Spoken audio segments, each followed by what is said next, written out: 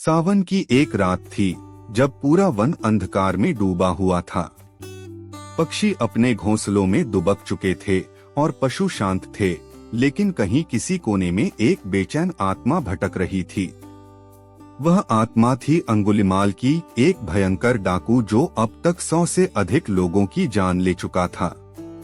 उसका नाम सुनते ही गांव वालों के दिल कांप उठते थे। कहते हैं वह अपनी हर हत्या के बाद एक उंगली काटता और अपने गले में डालता, इसलिए लोग उसे अंगुलिमाल कहने लगे।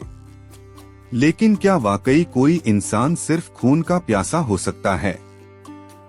इसी सवाल का जवाब तब मिला जब भगवान बुद्ध ने उस राक्षसी छवि वाले व्यक्ति से आमना सामना किया। गौतम बुद्ध अपने शिष्यों के साथ एक वन के रास्ते से गुजर रहे थे। गांव वालों ने उन्हें चेताया, भगवान उस रास्ते पर मत जाइए, वहां अंगुलिमाल रहता है, वह किसी को नहीं छोड़ता। लेकिन बुद्ध मुस्कुरा दिए। उनका उत्तर था, जिससे सब डरते हैं उसे प्रेम की सबसे जरूरत है। शिष्य आश्चर्य में पड़ गए, लेकिन बुद्ध निडर होकर उसी रास्ते पर बढ़ चले जहां अंगुलिमाल का डेरा था। अंगुलिमाल ने दूर से देखा, एक साधु धीरे धीरे उसकी ओर बढ़ रहा है। उसने चिल्लाकर कहा, ठहर जा। बुद्ध फिर भी चलते रहे। अंगुलिमाल ने दोबारा कहा, मैं कह रहा हूँ रुक जा। बुद्ध रुक गए और शांत स्वर में बोले, मैं तो रुक गया, अब तू कब रुकेगा? ये शब्द अंगुलिमाल के कानों में किसी वज्र की तरह गूंजे। उसने पूछा, क्या मतलब? बुद्ध बोले, मैं हिंसा, क्रोध और पाप से रुक गया।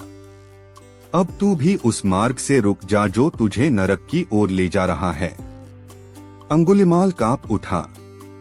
पहली बार किसी ने उसे राक्षस नहीं, मनुष्य की तरह देखा था। उसने पूछा, क्या मैं बदल सकता हूँ? बुद्ध बोले, हर पत्थर तराशा जा सकता है, यदि उसमें परिवर्तन की इच्छा हो। अंगुलिमाल रो पड़ा और बुद्ध के चरणों में गिर गया। उसी क्षण उसने अपना खंजर फेंक दिया और संन्यास की दीक्षा ली। गांव वालों को जब यह समाचार मिला, वे यकीन नहीं कर सके। उन्होंने बुद्ध से कहा, भगवान, क्या कोई खून का प्यासा इंसान साधु बन सकता है?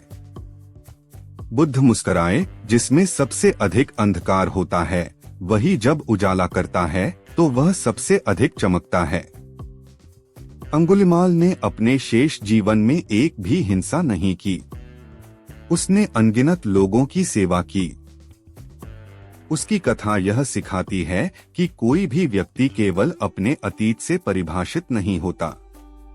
हर कोई बदल सकता है, बस एक अवसर और एक सही मार्गदर्शन चाहिए।